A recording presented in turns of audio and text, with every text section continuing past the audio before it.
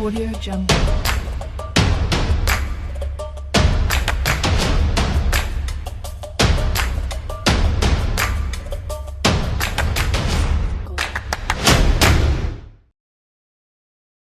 Olá, tudo bem, pessoal? Mais uma vez aqui reunidos e dessa vez com transmissão também para o nosso público, né? Mais uma vez reunidos entre nós, né? Mas estreando aqui com uma gravação que vai ser disponibilizada aí dentro do nosso canal, para que outras pessoas também, nossos seguidores, possam nos acompanhar.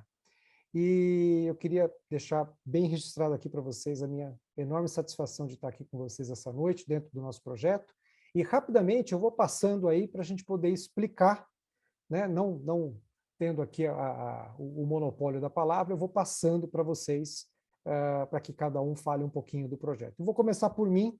Meu nome é Andrei Meninel de Souza, eu sou advogado de formação e empreendo na advocacia já há bastante tempo, há mais de 26 anos, esse projeto é um projeto que assim, eu trato com muito carinho, porque é aquela oportunidade, aquele canal que a gente tem para poder compartilhar experiências, né, do empreendedorismo, aprender com os colegas, aprender outras áreas, outros segmentos, outras experiências. E eu acredito muito, né, que através desse compartilhamento de ideias, de entendimentos, e, enfim, de experiências, a gente cresce cada vez mais. Então, rapidamente falando, o nosso projeto, né, o Forstercast, é uma iniciativa de empreendedores que tem por objetivo trazer a experiência, né, do empreendedorismo na veia, aquele empreendedorismo realmente vivido, aquele empreendedorismo de verdade, não de empreendedorismo de livros, né, de palco, mas aquele empreendedorismo, cada um de nós aqui tem uma jornada, tem uma trajetória bastante rica de sucessos, fracassos, e todo fracasso ele deve também ser estudado junto com o sucesso, porque é através dos fracassos que a gente sempre chega ao sucesso. Mas vamos lá então, pessoal, vamos então, cada um de nós, então, se apresentando para que a gente possa dar início ao nosso episódio de hoje. Vamos lá, Mauro? Boa noite, amigos. Muito obrigado pelo convite de participação desse primeiro programa. Agradeço ao Andrei, o Júlio e o Fred a oportunidade de estar participando do empreendimento, né? de tão grande importância, que vai ajudar tanto os outros empreendedores com as experiências que passarão aqui no programa. Tá? Eu acho que todos aqui vão ter muito a ganhar e a agregar também as pessoas que vão estar participando. Muito obrigado pelo convite.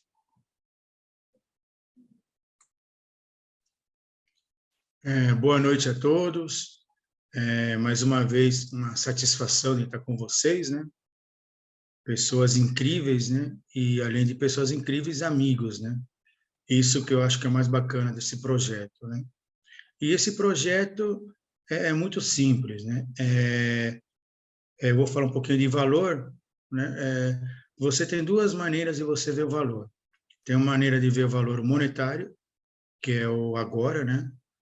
E tem um valor imensurável, que é o do conhecimento. Então, nosso propósito aqui, um dos propósitos nossos é agregar conhecimento e chamar mais pessoas, né? Que estejam no nosso pensamento, né? Igual no nosso pensamento, para agregar assuntos interessantes com vocês, né? Eu não vou falar muito, né? Porque hoje o dia vai ser mais incrível, né? Vai ser com o nosso amigo Júlio Trancoso, né? Um pouco da história dele, né? E fala aí um pouquinho, Júlio, já se apresenta e já vamos começar aí as pauladas aí, viu? Opa, boa noite, pessoal. Mais um episódio aqui. Muito bacana essa iniciativa, né? Que a gente faz parte aqui, levantando algumas bandeiras, né, do projeto, de protagonismo, resiliência, atitude, né? Então, faz parte aí da missão da Forster, justamente trazer esses temas através de experiências nossas, né? Conectar pessoas nossas, porque todos nós somos empresários com bastante experiência em vários segmentos, e alguns aprenderam pela dor, outros, de certa forma, de tabela, né? Ou um conhecido, sempre tem essa situação, né? Que você aprende, muitas das vezes, com parceiros, né? E aí, hoje, a gente tem uma edição aqui especial para... A gente tem uma rodada aqui justamente de algumas histórias nossas, né?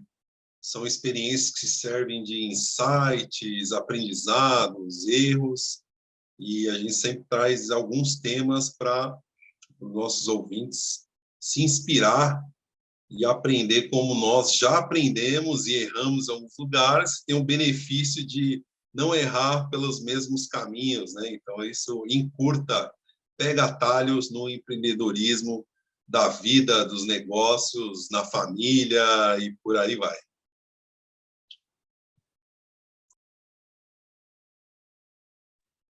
Bom, como o Fred disse, a gente vai... hoje o nosso encontro, todos os encontros são especiais, mas hoje, em especial, em função da história muito rica, né, do Júlio. O Júlio vai contar para nós aqui a história dele, toda a trajetória dele, as decisões que ele tomou para poder estar aqui essa noite. E é com muita satisfação, então, que a gente vai poder brindar todos aqueles que nos acompanham com a história de empreendedorismo na veia do Júlio Trancoso. Júlio, fica à vontade, tá? Você pode se apresentar aí, como o Fred disse, a casa é sua. O palco é seu. Muito bom. Bem, de vários projetos, né? A gente sempre começa pelo começo, né? Da onde você nasceu, etc. Então, eu sou o Júlio, né? Tenho 42 anos, tenho mais de 15 anos aí já empreendendo. Trabalhei no mercado tradicional como todos, né? CLT, autônomo, passei por várias categorias aí de trabalho até o meu próprio negócio. E minha base em si foi na área de design, assim, foi onde eu achei uma afinidade, na parte de comunicação, publicidade. Então, venho desse background, porém, começando desde os 12 anos, aí, basicamente, né? Muito autodidata. E com isso, talvez inspirado ali pelo meu pai, né? Meu pai veio de uma carreira totalmente bancário, né? Quem conhece bancário, assim, é aquela coisa de muitos anos na mesma empresa, subindo de cargo, etc. E trabalhava à noite e fazia algumas atividades paralelas durante o dia, né? E aí ele me puxava logo de manhã, molecão, né? Não, vem cá, vamos me ajudar aqui. Acho que foi as primeiras inspirações aí, empreendedoras, né? Então, ele trabalhava e também fazia trabalhos paralelos e eu era o ajudante ali, né? E a primeira Mas, Júlio, ajuda... mas me fala, vamos quebrar aí todos os paradigmas hoje, mas me fala aí que você vendia junto com ele, com aquela Kombi, ou você já começou com loja em shopping? Vamos lá, vamos descascar essa batata aí, vamos lá. Meu pai começou, né? Ele tinha uma Kombi e na época, né? A Kombi, acho que em alguns bairros, né? Hoje, interior, você vê um pouco disso, né? Aquela Kombi que vende frutas, ovos. E na época, meu pai achou um fornecedor de batata. E aí ele comprou um monte de saco de batata. Minha mãe achou ele muito louco. O que você vai fazer com esse monte de batata? E aí ele, não, vou vender. Aí comprou aquele megafone, né? Que o microfone em cima da Kombi ali. E começou a sair pelo bairro, me jogou lá no meio das batatas com uma balança para pesar. Mal sabia eu pesar batata, com 12 anos ali. Mas ele meteu as caras e foi que foi, né? E para minha surpresa, né? Eu lá, com aquele cheiro de batata, vinha uma senhorinha, vinha outra, e o negócio foi pegando corpo, né? Uma coisa que era para começar, foi pegando corpo, e com isso ele foi trazendo outros produtos, né? Começou com cebola, batata, e depois, na época, se trocava a garrafa, né? Aquelas garrafas de 600 ml por doces. Ele pegou essa sacada também e começou a trocar, né, garrafa por doces. E depois fez um último upgrade na Combosa, que foi trocar garrafas por pintinhos coloridos. Aí você imagina, eu já estava no meio da batata, agora no meio de um monte de pintinho colorido também, né? Então, essa foi a primeira experiência aí. Ô, Júlio, deixa eu fazer uma pergunta, porque eu sempre tive curiosidade, porque eu também já comprei pintinho colorido na feira. E como é que você faz para como é que o pintinho, porque o pintinho não nasce colorido, obviamente, né? Naquela época, quando criança, eu pensava que ele era colorido de nascença, mas como é que vocês faziam ele ficar colorido? Como é que é o processo de tingimento do pintinho? Na verdade, assim, o método de pintar os pintinhos não é muito positivo, né? Na época era bem agressivo, coitado dos bichinhos, né? Mas não era nós que fazia isso, né? A gente, no mesmo fornecedor, ali, distribuidor, ele também tinha vários produtos, como se fosse uma conveniência de produtos. E aí meu pai já comprava as caixas prontas, né? Então já vinha aquela caixa de pintinho amarelo, roxo, você podia comprar misturada, então já vinha pronto. E essa era uma curiosidade que eu tinha, mas depois eu fui pesquisar e vi que o negócio é meio bravo, assim, né? Tem muitos pintinhos que não sobrevivem, né, no processo ali. Mas nessa época eu não fazia nem ideia, eu achava muito mágico, assim, aquele arco-íris de bichinho na orelha. Incrível, né? Bacana essa história, e incrível, né? Nós temos experiências na vida, né? E que o empreendedorismo, né? Ele vem de família mesmo, né? Esse sangue comercial de vendas, né? Vamos dizer assim, porque é vendas, né? Empreendedorismo é vendas. Você tem que vender o teu produto, vender teu peixe, no teu caso, vender a batata, né? E é incrível como a história do Andrei também, vocês que estão nos escutando aqui também, vem da história do pai dele, né? Do Mauro também, com a história do pai dele, empreendedor, a minha já, do meu tio, né? Em vez de vender batata, meu tio vendia abacaxi, mas a história é a mesma, né? A veia é a mesma, né? E me diz aí, Júlio, como a sequência dessa? Tem uma história aí que teu pai, olha só que bacana, pessoal, para vocês verem, né? Que o pai faz muita falta às vezes, né? Pelo outro lado, né, é o nosso grande incentivador, né? E que ele até chegou a vender a Kombi, é isso aí, Júlio? Conta essa história aí. É verdade, né? Como ali era uma segunda renda, né? Na época ele não ganhava pouco, assim, então foi uma forma de ele complementar a renda ali, né? E com isso, né, fui crescendo ali, sempre ajudando ele, estudando, e ele teve o insight, né, na época, assim, de aprender a mexer em computador. Computador, na época, era uma novidade, né? Aqueles tela verde, né? Bege, os XT na vida na época, era o preço de um carro, né? E aí ele tinha cansado um pouco, não estava dando muito certo depois de um tempo, né? Que muita gente também começou a fazer a mesma coisa ali, vendendo batata, vendendo as coisas. E aí de Kombi aparecia carro, a concorrência aumentou. E aí ele teve um insight de me inscrever, de comprar um computador para me aprender e ele também fuçar, né? Ele gostava um pouco de mexer. E foi quando ele vendeu essa Kombi e comprou, na época, né, um computador, acho que era XT o nome, né? Mas era bege, tela preta, as letrinhas tudo verdinha ali. Tinha disquete, aquele disquetão preto, assim, que era uma super novidade, assim, na época, né? E eu, muito autodidata, né? Chegou aquele em casa achando que era tipo um videogame, né? Eu falei, nossa, como que mexe nesse negócio, né? Então, enquanto ele ia trabalhar, eu ficava lá, fuçando, aprendendo o MS-DOS, E aí foi o meu primeiro contato, né, digamos assim, com esse projeto assim de computador, gostando muito de aprender, pegava livros, ia na biblioteca, pegava coisas para aprender a mexer no computador, né? E aí, com dificuldade de digitar também ali no teclado, foi onde ele me inscreveu no curso de datilografia na máquina ali, e aí tinha até certificado, né, que é de datilografia, mas isso foi o que me estreou na minha carreira, digamos assim, adolescente, ali, meu primeiro trabalho, né?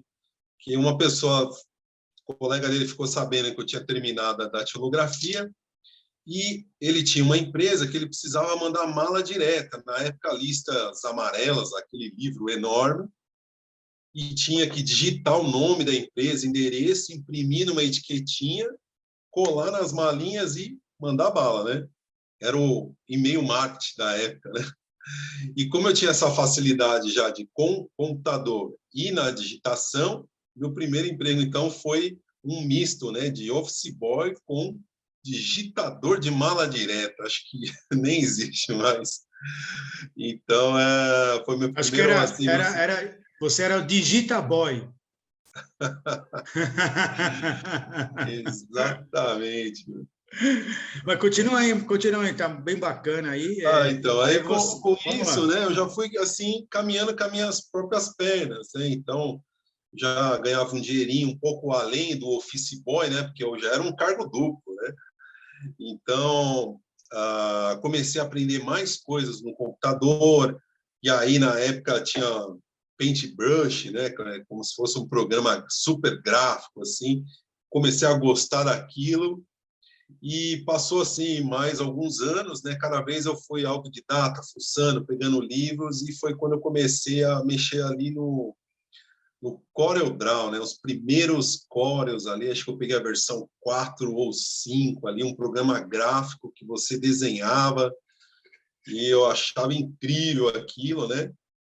E aí, novamente, foi através dessa ferramenta ali, meio fuçando, que um outro colega ficou sabendo que eu mexia, né, com isso, que era uma novidade, e ele trabalhava numa indústria de comunicação visual. Na época, chamava Líder Luminosa. A empresa fazia fachada para açougue, padaria. Então, naquela época, eu virei um especialista de boi, porque eu pegava as fotos dos bois, né? Boi Nelore, boi marrom, todo tipo de boi assim, que tinha que colocar um super boi na fachada do açougue. E aí eu comecei a montar essas, que eram os backlights, né, na época, como que aquele açougue ia ficar bonito, né? Tinha que ter um boi bem bonito lá na foto, né? Convidando, a carne aqui é de qualidade, né? Então foi Um quando boi eu bem sarado, comecei, né? né? Um boi bem sarado, né? E aí foi quando eu comecei a estrear, digamos, nessa área assim, de criação, de pensar em imagem, né? Seleção da imagem, graças a essa coisa aí de função no computador, né? Meus primeiros contatos aí, né? Quando eu entrei nessa indústria, então foi daí para frente, já fui gostando muito, né, dessa área, assim, comunicação visual, fui melhorando, e sempre autodidata, né? Aí na época surgiu o Photoshop, que é um programa de tratamento de imagens, né? Então todo software que saía relacionado a isso, eu ia atrás, né? Tinha internet, né? Ia nas bibliotecas mesmo, negócio incrível, e achava muito livro, assim, que dava para você aprender, meio autodidata, né? Foi aí que eu começou o gosto mesmo, né? Por isso, né?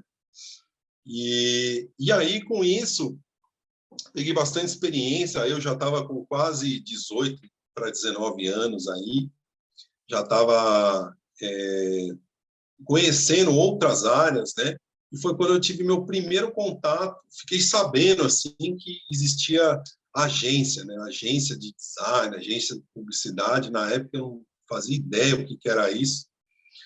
E aí fiquei sabendo também que todo mundo mexia com Macintosh na época, né? Eu fiquei pensando, pô, se meu pai vendeu uma Kombi para comprar um XT, imagina um Macintosh, né? devia ser uma lancha, né? Na época, né? E aí eu fiquei pensando, poxa, como eu vou entrar nesse trabalho se eu nem faço ideia como mexe nesse computador, né? E aí veio o meu segundo desafio, né? De quebrar barreiras. Eu conheci um rapaz que ele trabalhava na agência, e encontrei com ele e fiz uma proposta para ele, né? De se ele toparia me ensinar no final de semana, Macintosh, eu dava o meu salário para ele do mês. Né? Eu acho que eu fiz uma proposta na época meio louca, mas era a única alternativa que eu tinha, né? E aí ele topou, né? E eu tive que, num sábado e domingo, aprender, né, na marra, assim, o sistema, absorver ao máximo para me dar o primeiro passo como assistente, né, em uma agência mesmo de design. Foi quando eu coloquei meus primeiros pés aí numa agência e aí comecei a ter contato com esse mundo, né?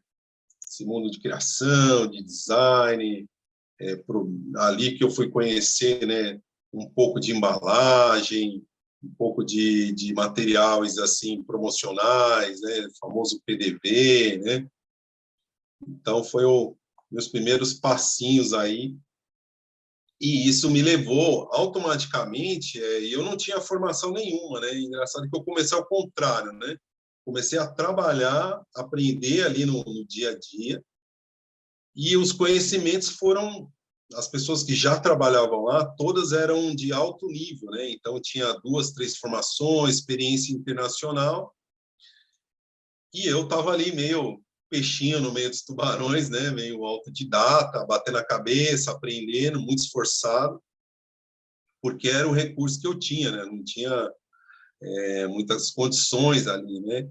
De entrar na época, um mundo muito elitizado, né? O Mauro sabe um pouco aí disso, né? Porque desde o computador até as grandes formações de curso eram investimentos bem consideráveis, assim, né? Então, esse foi o comecinho ali. Sem contar que nesse universo existe uma grande arrogância, né? De alguns profissionais, né? Isso chateia bastante, né? Mas vamos lá, continua aí. E aí os prêmios, eu soube que você ganhou alguns prêmios de publicidade. Vamos para esse ponto. Eu sei que tem a ver com... Olha só como que o mundo é pequeno, né? Eu sei que esses prêmios têm a ver com batata. É verdade. Na época, assim, depois, como tem várias áreas dentro de design, né? Meu sonho era entrar na área de embalagem. Só que eu não tinha nenhuma formação nisso. Assim, na época, eu não tinha nem faculdade, né? E o curso mesmo, design gráfico, estava começando ali. Não tinha uma formação ainda homologada, né? Eu lembro que a primeira faculdade, se eu não me engano, foi a Embi Morumbi, que trouxe essa categoria. Ainda não estava 100% autorizada, digamos assim. Eles misturavam uma coisa meio comunicação visual, etc. E aí, só que eu não tinha nem portfólio, nem experiência em embalagem, e só conhecia uma pessoa que trabalhava numa agência, na época chamava Pan Design, uma das grandes agências, e aí mais uma barreira. Eu falei, como que eu vou entrar lá? Né? Bom, aí através dessa conhecida, né, na época, a Sônia Fujiwara, que foi minha chefe, né? Eu comecei a fazer no final de semana alguns pilotos de embalagem. Então, sei lá, pegava um café, falava, vou fazer uma embalagem diferente. Pegava um estojo, essa coisa meio autodidata de praticar, e toda semana eu mandava para ela. Ó, Sônia, eu fiz esses estudos aqui, que você acha? Tal. E ela me dava umas dicas, Ju, você está melhorando. Tal. E aí eu fiquei ali cutucando ela durante meses, cara, uns 6 meses fazendo isso. E foi quando surgiu uma oportunidade de assistente, e ela falou, acho que você melhorou bastante, tem chance. Fui lá fazer a entrevista, e depois de várias sabatinadas, deu certo de eu começar nessa carreira. Bem, foi a oportunidade, né, de uma das melhores agências de design, começar por baixo.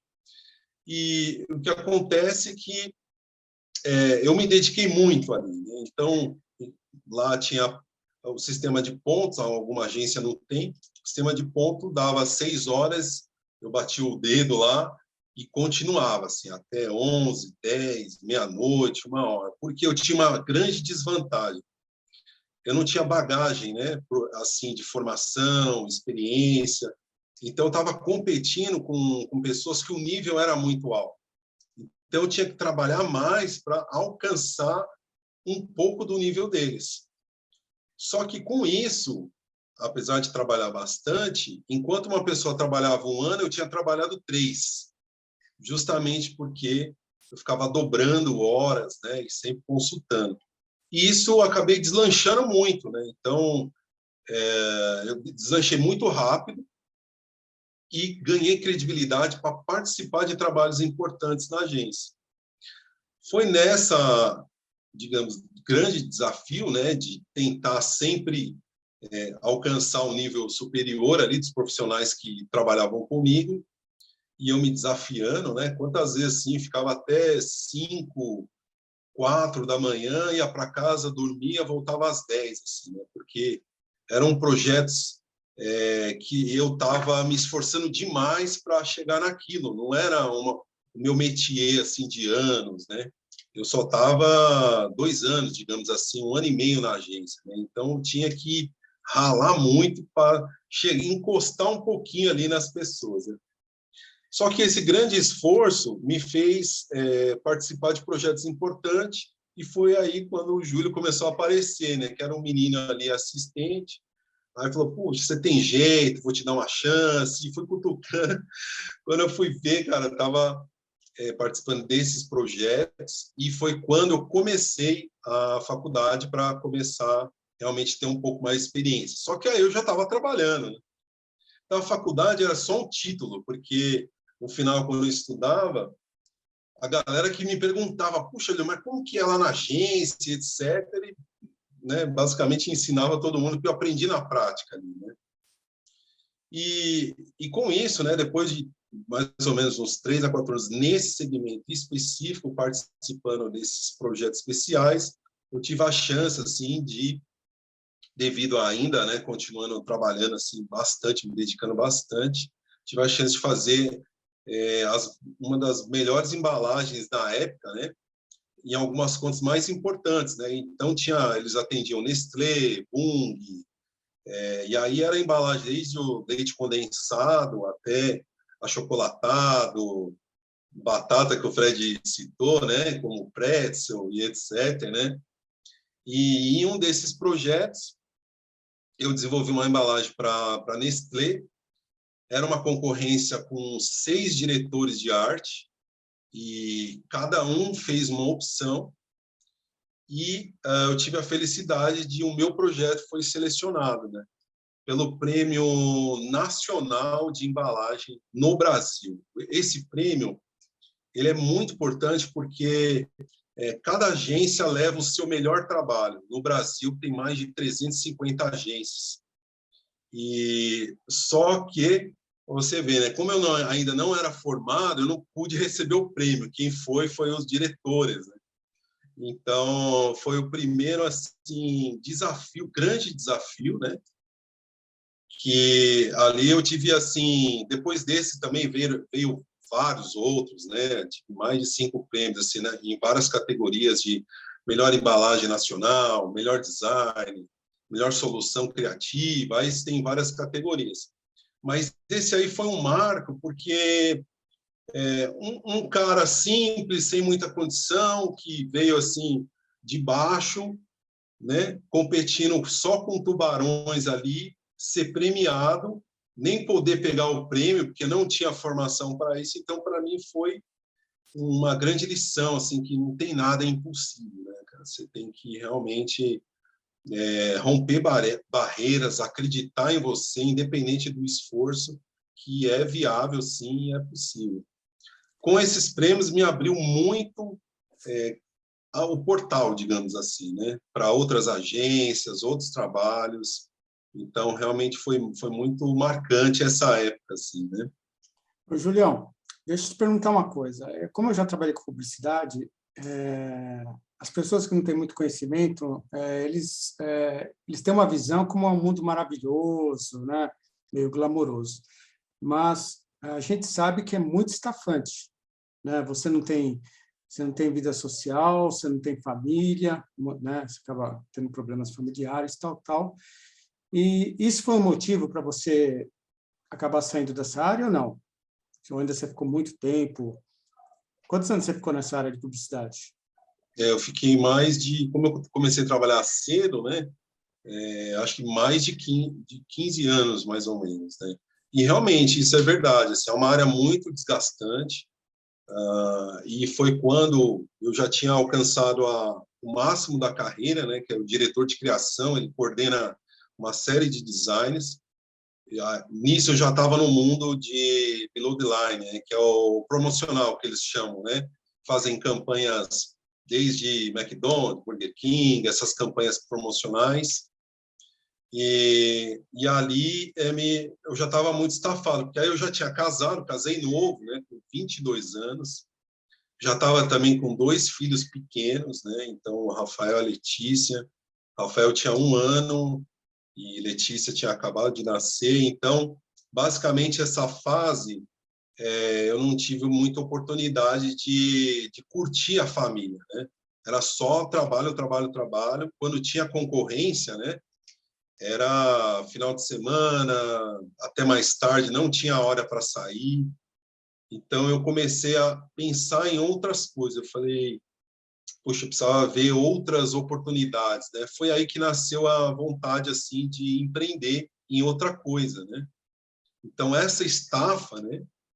E até mesmo vendo as pessoas mais velhas dentro da agência, os cabeça branca, né? Dentro da agência, basicamente, ou você era dono, ou você era um cara ultrapassado que estava vindo, passando o rodo pela galera nova, mais renovada, mais oxigênio. Claro que os mais velhos na agência têm muito mais experiência, mas era uma característica, assim, você via muito pouco das pessoas mais velhas dentro do grupo da agência, a não ser grandes diretoria ou donos, né? E eu fiz meio que uma projeção ali, né? Falei, bom, estou com 20, na época eu já estava com uns 25, 26 anos, eu com 40, eu vou estar que nem aquele cara ali, sabe assim? Ou assim, ou assado, sabe? E aí foi o primeiro insight, né? Eu falei, puxa, acho que não é isso que eu quero. E parte dessa influência foi aquele livro, acho que foi o primeiro contato com aquele livro Pai Rico, Pai Pobre, né? Que começou a me dar algumas ideias, assim, na área financeira, na área de carreira. E aí veio essa primeira inspiração, esse insight de abrir um negócio. Só que aí nisso eu fui meio radical, né? Fui lá e pedi demissão, assim, né? Com 2 filhos pequenos, com família ali recente, fiz uma reserva e aí abri ali meu primeiro negócio, né? Que aí eu, por influência dessa coisa do pai pobre, aí já comecei a estudar sobre a área financeira e me dediquei demais, assim, né? Trades, análise gráfica, sabendo tudo sobre a bolsa de valores e etc. E aí foi quando eu montei um grupo de day trades, né? De vários pontos de São Paulo, tinha de Fortaleza, etc. E essa galera operava em conjunto, em tempo real, e aí a gente fazia um grande, como se fosse uma empresa mesmo, dividindo lucros ali. Foi uma experiência incrível, assim. E aí isso durou mais ou menos 2 anos, foi quando eu descobri que é uma profissão de alta performance e eu não tinha muito emocional assim para isso, né?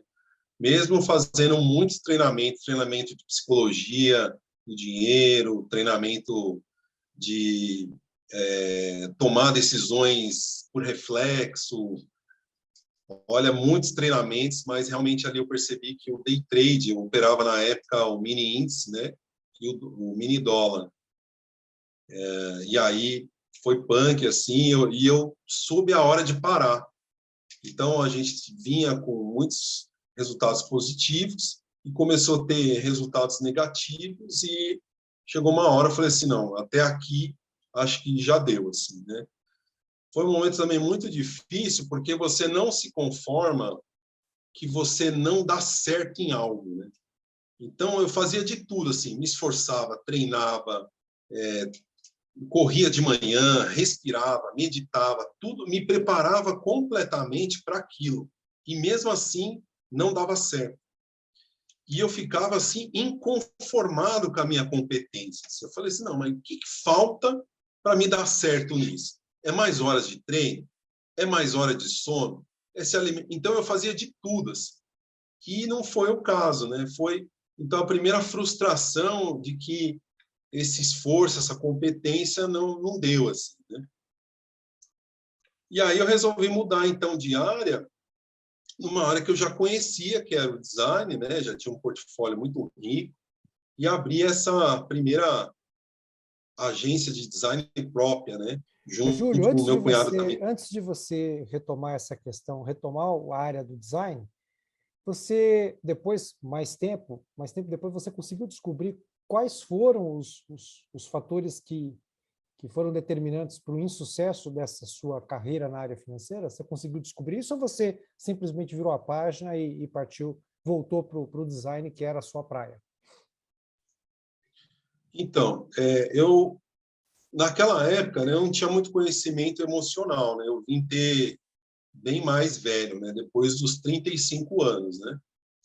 Autoconhecimento, conhecer por que eu errava daquela forma, né? E aí eu tinha eles chamam de pensamento mágico, né? Você acha que você vai apertar 2 botões e ficar milionário em um mês, né? E o trabalho de disciplina, o trabalho de constância em alta performance, infelizmente não é para todos. Muitas pessoas se enganam, né, com isso, assim, né? E eu identifiquei que meu perfil emocional não dava muito certo para aquilo, né? Como um cara excelente em exatas, que querer fazer uma outra área, assim, que ele não tem muita aptidão, né? Eu identifiquei isso na época, né? Porém, eu percebi que eu dava muito certo em situações que eu não precisava tomar a decisão em milissegundo, na hora, que eles chamam daquele trade de longo prazo, né? Então, você compra hoje, realiza daqui uma semana, um mês, você decide mais tranquilo, está com a cabeça melhor. Então, eu identifiquei que realmente isso, para mim, dava muito certo, mas aquela adrenalina ali, abertura de pregão, realmente eu não conseguia, assim, né? E aí eu virei totalmente a página. Eu resolvi dar uma pausa que me faltou ali, talvez, mais experiência, né, para lidar com aquela situação ali. Era estritamente emocional. Eu cheguei a essa conclusão, assim, que eu tinha treino, fazia todas as coisas, mas na hora de você estar ali na oscilação do dia, você clicava onde não era para clicar, tomava uma decisão rápida que era para você ficar quieto, ou o dia que era para você encerrar, você tinha um resultado positivo e você tinha que parar. Você continuava, situação quase que uma compulsão, assim, né? Você perdia, você tinha que encerrar o dia, continuava para recuperar, né? Então, tinha várias situações assim que bem difícil. Alguns amigos conseguiram continuar. Então, isso foi te fazendo... Você foi percebendo que estava te fazendo mal isso tudo, né? Não, com certeza, né? E foi uma situação ali que eu comecei também a passar algumas dificuldades, porque aí como eu não estava bem, comecei a também perder dinheiro, né? Essa é a grande verdade, né? E aí, batendo a cabeça, né? E aí tem um grande chefe japonês que uma vez depois dessa experiência, ele chegou para mim, né? O nome dele é César Hirata, né? Na época ele era dono da Future Brand, uma agência internacional. E aí ele chegou para mim e falou assim: olha, Júlio, tem situações que não basta ser você ser só esforçado.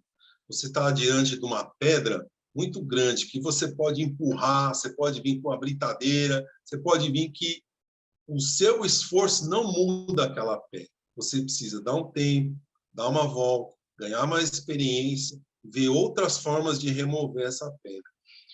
E realmente isso me marcou muito, porque sabe aquela mula teimosa que fica ali, e às vezes essa persistência te deixa cego, né? Você não respira outras estratégias, outras situações, né? E foi um exemplo que me deu um insight para mudar, né? Então vamos virar a página e ir para outros áreas, né? De repente por afinidade, que foi essa agência de design. Só que aí teve um grande problema, né? Que aí é um dos erros, né? De empreendedorismo aí que a gente vai começar a dividir já. Como eu encerrei uma empresa desfalcado, eu abri uma outra empresa sem capital, baseado na minha experiência. E eu fiz uma estimativa de mais ou menos 3 a 4 meses ali, e de maturação, né, entre você abrir, divulgar, fazer o comercial, prospectar clientes, etc. Só que nesse meio tempo você precisa de grana, né, cara? Você precisa locomover, comer, visitar um cliente, e aí descapitalizado, como que você faz? O emocional vai lá embaixo, principalmente na hora que você não fecha o negócio. Imagina, você vai para uma reunião, já está esperando o ovo na galinha. Aí você não fecha, volta para casa mais duro, com aquela expectativa frustrada. Então, isso me bombou muito, assim, porque eu tinha muita abertura profissional. Onde eu ia, o pessoal ficava, nossa, eu quero também fazer com você isso que você fez nas outras empresas, etc. Só que o meu emocional não estava legal conectado ao financeiro. Então, eu trouxe justamente essa experiência que traz um pouco, né, de que você pode ser o melhor, você pode ser o top das galáxias na área, mas se o seu emocional ou você não tiver um capital para aquele empreendimento, isso vai te atrapalhar. E na época, eu precisava de pelo menos um capital aí de 8 a 12 meses, e eu não tinha, e fui com a cara e coragem, né? Quando começou a fechar os negócios, eu já estava muito fragilizado. E não só isso, né? Na época só eu trabalhava, e aí em casa, né? Esposa, 2 filhos pequenos, gastos, e aí começou a atrasar as coisas, né? Coisas básicas, assim, conta de luz, atrasava uma, pagava na outra no outro mês. E aí foi uma época marcante, assim, eu lembro como se fosse hoje, assim, até me emociona um pouco, assim, porque eu já estava insistindo nisso com todas as minhas forças. E aí um dia eu voltei para casa, cansado, e eu abri a geladeira, assim, eu vi que não tinha nada dentro da geladeira, só água. E aí minha esposa, com 2 crianças pequenas na época, esperando eu, sabe assim, trazer algo. E realmente ali foi meu start, né? Eu falei assim, não, chega, eu não posso colocar meu projeto, empresa, etc., e colocar minha família na berlinda pelos meus sonhos, né? Então, foi aí que eu, de novo, virei a página, né? Parei, estanquei aquilo e fui procurar emprego novamente. Então, me coloquei novamente, né? Em uma semana já estava empregado. Na época, eu lembro que eu pedi dinheiro para o meu pai, assim, falar, pai, me empresta aí R$500 para mim pegar a condução e almoçar, meu primeiro salário eu te pago, né? Então, foi o meu recomeço, de novo, né? Então, passo para trás, digamos, de novo na agência, aí fui pagando as contas, pagando as dívidas, equilibrando de novo, a família ficou melhor. E aí, depois de mais uns 4 anos, já equilibrado, mais com a cabeça fresca, eu resolvi empreender novamente. Alguns me acharam muito louco, né? Eu contei isso, por exemplo, à minha irmã, e ela me acompanhou, por exemplo, na época, né, dessa primeira fase. E aí, nossa, você tem certeza, Júlio? Puxa, você passou por uma situação. Então, era desestímulo total. Só que aí eu fiz uma coisa diferente. Eu juntei forças. Então, eu juntei junto com um sócio, que tinha bastante conhecimento, e fiz um negócio em paralelo. Então, foi a primeira criação de uma empresa fazendo as duas coisas ao mesmo tempo, né? Então, trabalhando e tocando esse negócio. Foi aí que nasceu a City Beach, uma loja de streetwear, na época, né?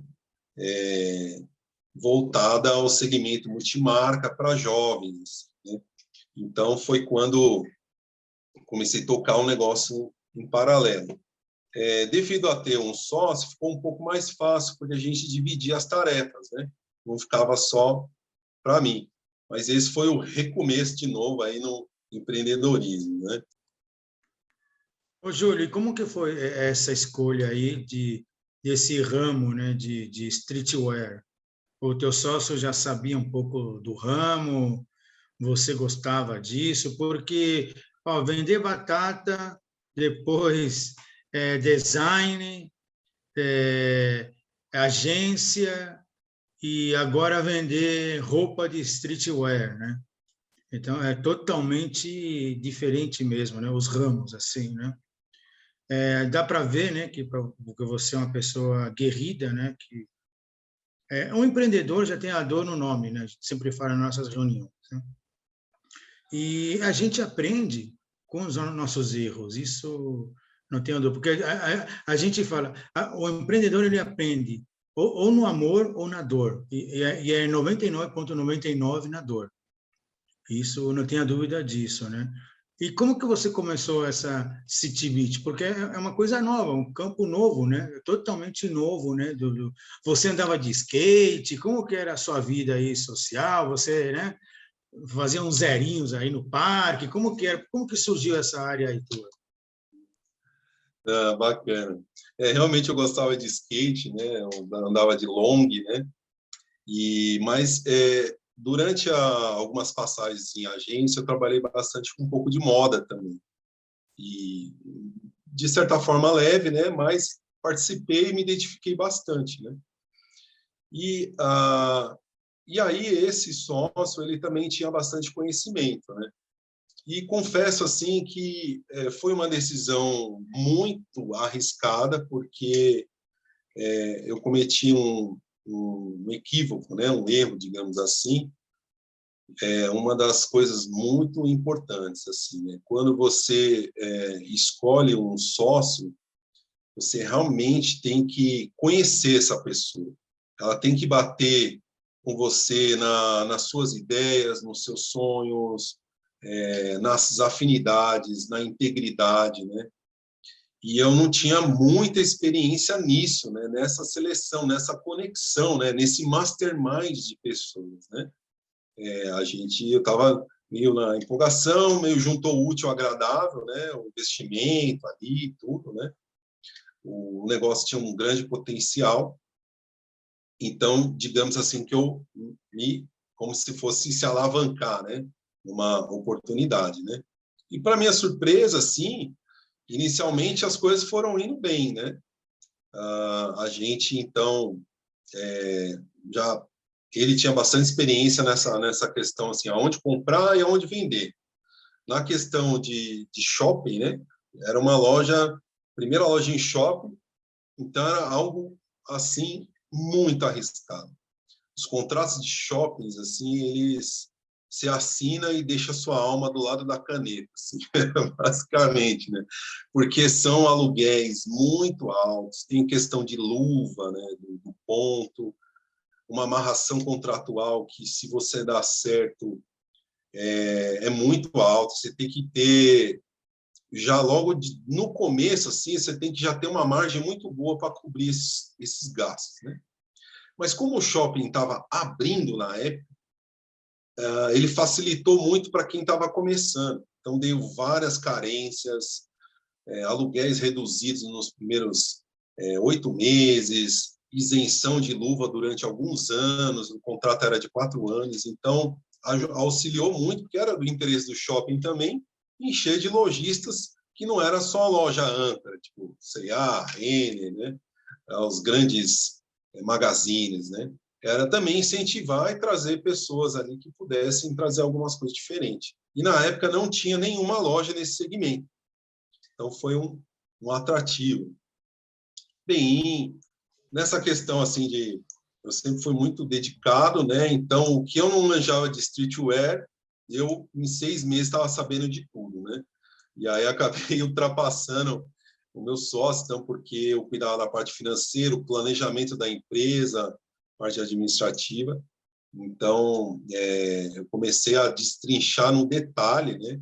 Sempre adorei muito a parte de dados da empresa, né? De analisar o crescimento, as compras. Eu sou o designer que mais adora Excel, uma coisa meio do contra, né? Que tem designer que odeia Excel, essa coisa meio fórmula, matemática. E aí foi onde eu peguei gosto nisso, em avaliar situações, fazer projeções, porque você trabalha muito com giro de mercadoria. Então, você compra hoje, paga em 30, 60, 90, só que o mês que vem você está comprando de novo, porque você vendeu esse mês, e o outro mês você está comprando de novo. Então, faz um amontoado de parcela, né? Aquela parcela do primeiro mês, que era 60, junta com o segundo mês, que é 30. E aí vira uma montanha de boleto, cara, que era impressionante, assim. Às vezes a pessoa via e falava assim, nossa, Júnior, como você consegue coordenar tanto boleto na sua vida? Então, foi muito bacana, eu peguei muita experiência aí nessa CityBit. No primeiro, segundo ano, a gente não ganhou nada, cara. Era só pagando, subindo, crescendo. E aí facilitou, olha que interessante, justamente porque eu estava na agência e estava tocando o projeto da empresa. Então, tinha muito mais tranquilidade. Eu não estava no desespero de contando com aquela venda, aquela coisa, né? Então, foi uma parte muito mais tranquila para conseguir construir a empresa, né?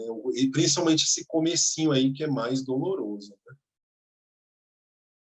Júlio, a gente já está caminhando para os 10 minutos finais e olha quanta coisa, né, você trouxe aqui para nós. O menino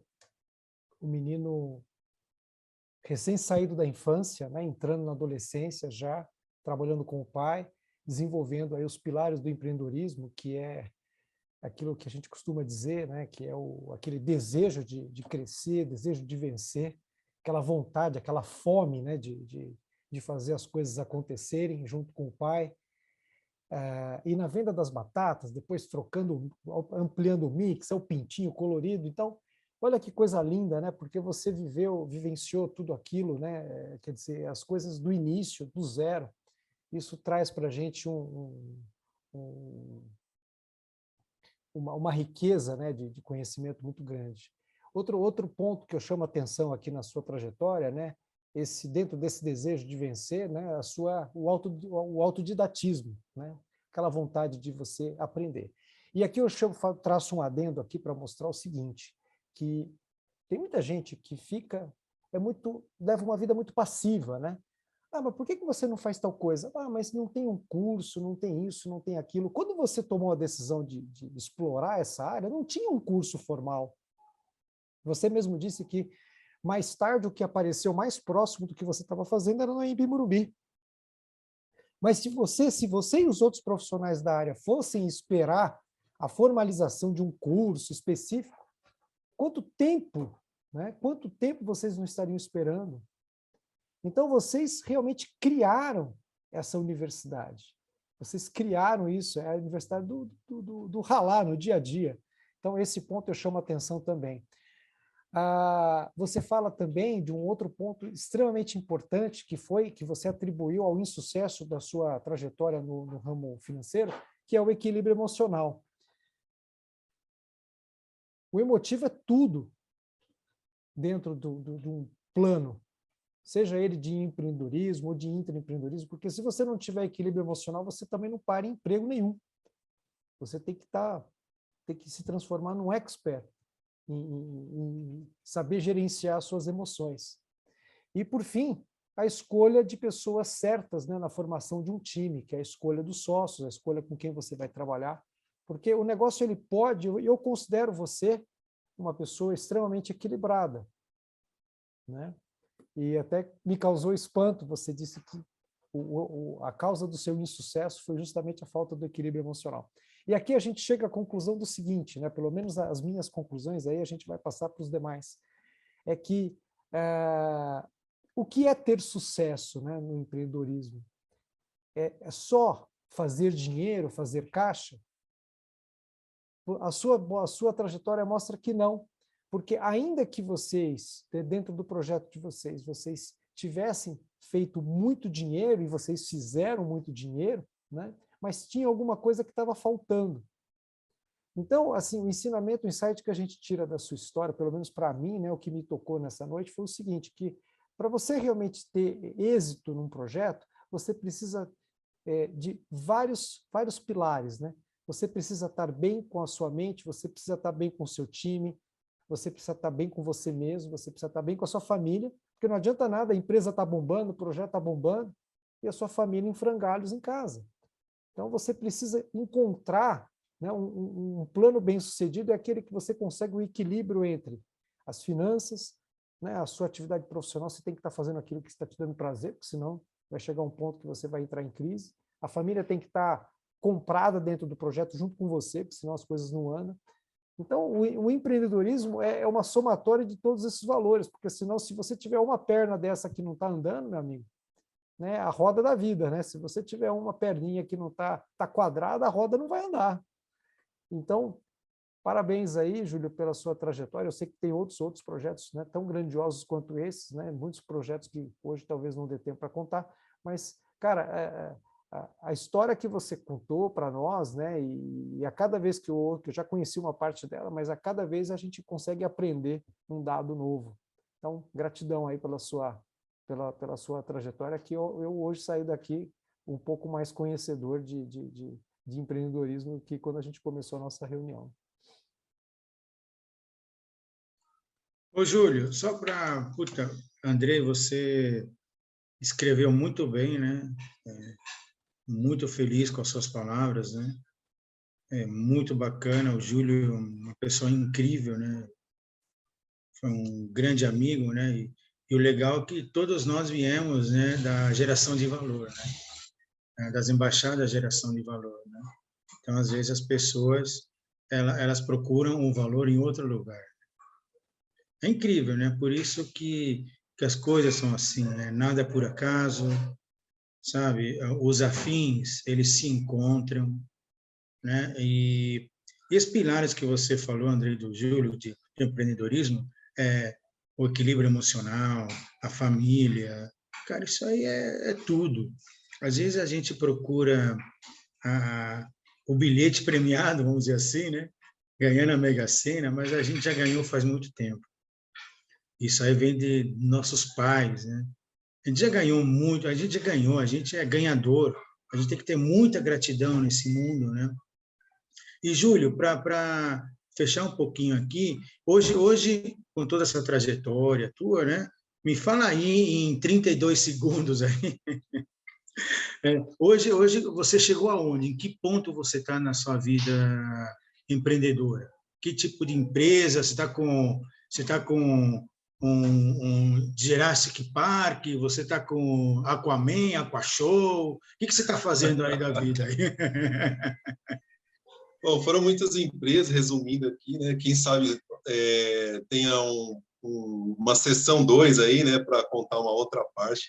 Mas depois disso eu tive mais umas 4 empresas, né, também no segmento de entretenimento, e eu tinha muita vontade de criar um projeto solo, né, que envolvia design, envolvia tudo que eu tinha de experiência. Foi quando surgiu a Stampboard, uma empresa especialista em vestuário corporativo, né? Então, onde misturava confecção, estamparia, bordado, lidava com cliente, lidava com criação, lidava com um pouco de consultoria para instruir aquele cliente a vender mais através da imagem dele, do vestuário dele. Foi uma área que eu tinha muita afinidade, só que essa área eu comecei sozinho, né? Então era um notebook, uma máquina, não sabia nada do segmento e de novo, né?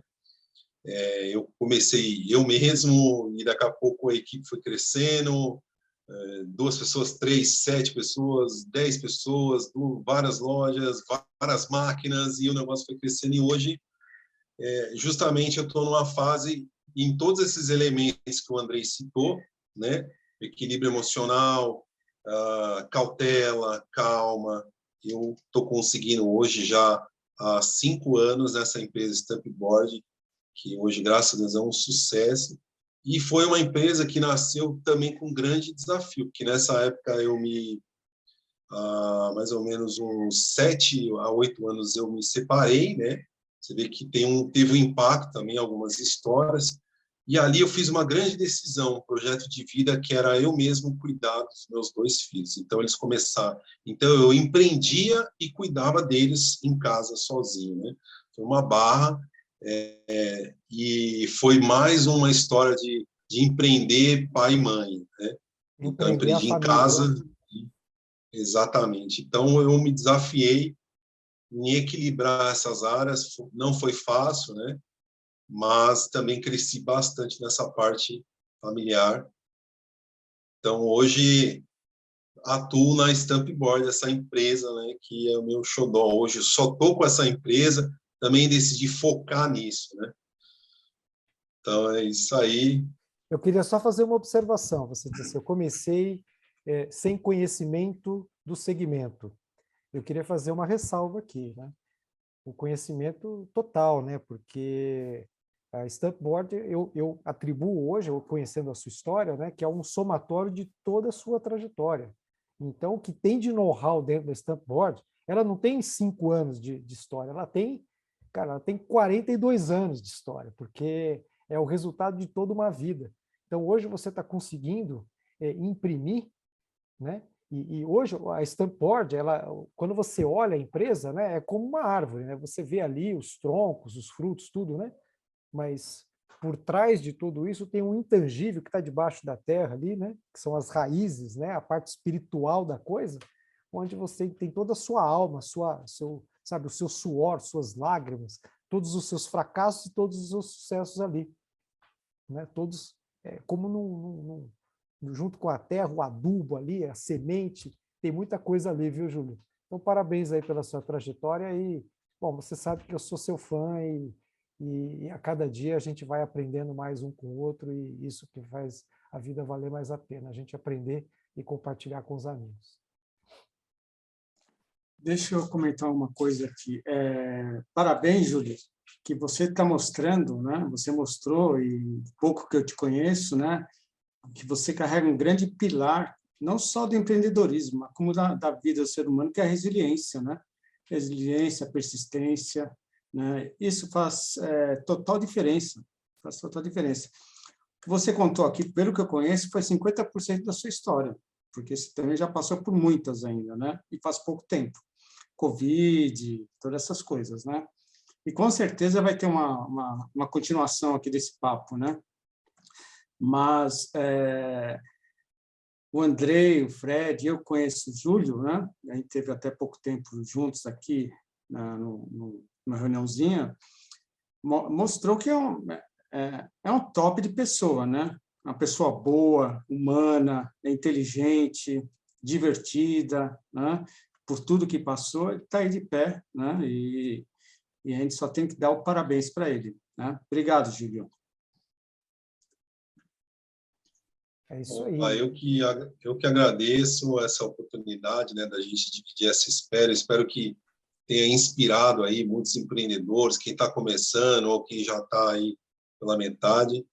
Eu tenho um carinho especial por esse projeto nosso e ouvir, né, essas palavras do Andrei, Mauro e Fred toca o coração. Assim, vocês também são um grande parceiro. A gente aprende todos os dias um com o outro. um dos presentes, né, da vida foi ter vocês como amigos, parceiros de longa data. Isso realmente a gente tem que ser grato também, né, pela vida. Às vezes a gente conta alguma coisinha aqui que não deu certo, etc. Mas foi o que você falou, né, irmão? Né? A gente superar esse momento, né, de econômico, de saúde, de família. Realmente nós temos que ser gratos todos os dias em estar aqui, estar contando por essa história. É uma gratidão mesmo tê-los participando desse projeto, e espero que nossos ouvintes aí também estejam contentes com o conteúdo e essa contribuição aí de inspiração. Todo episódio tem novidade aqui, tem muitas histórias aí também. Eu queria, inclusive, viu, Júlio, aproveitar a oportunidade para dizer uma coisa.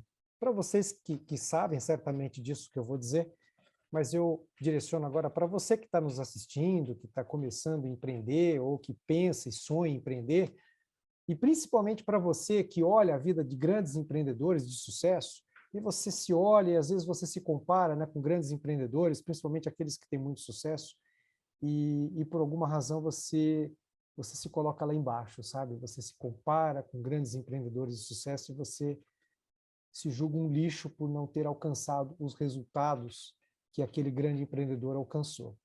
Então, é para você, esses instantes finais, que a gente vai dedicar essas palavras de encerramento.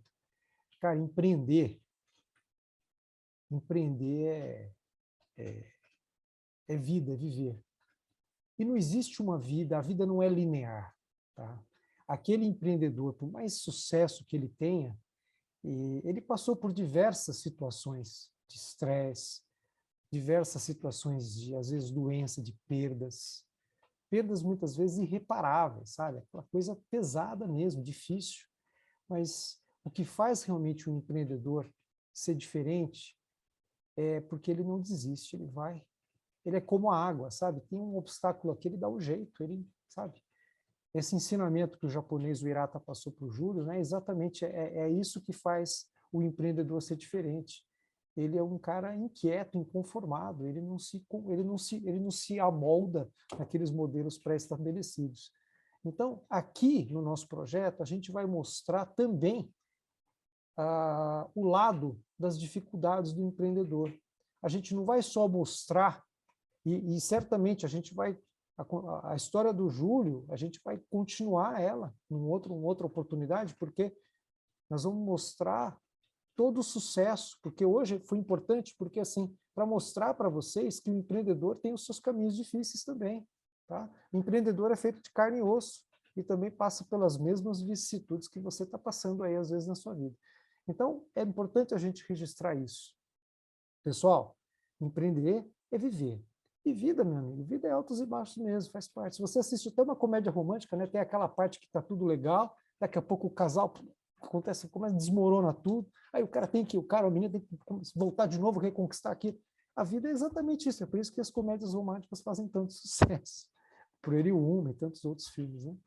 Então, fica aqui registrado a nossa gratidão, né, por ter você aqui conosco, e tenha certeza que nos nossos episódios a gente sempre vai trazer esse empreendedorismo que realmente da vida real, né? Então, a gente vai trazer histórias de sucesso, mas principalmente a gente vai trazer aqui as dificuldades, porque a gente aprende com as dificuldades.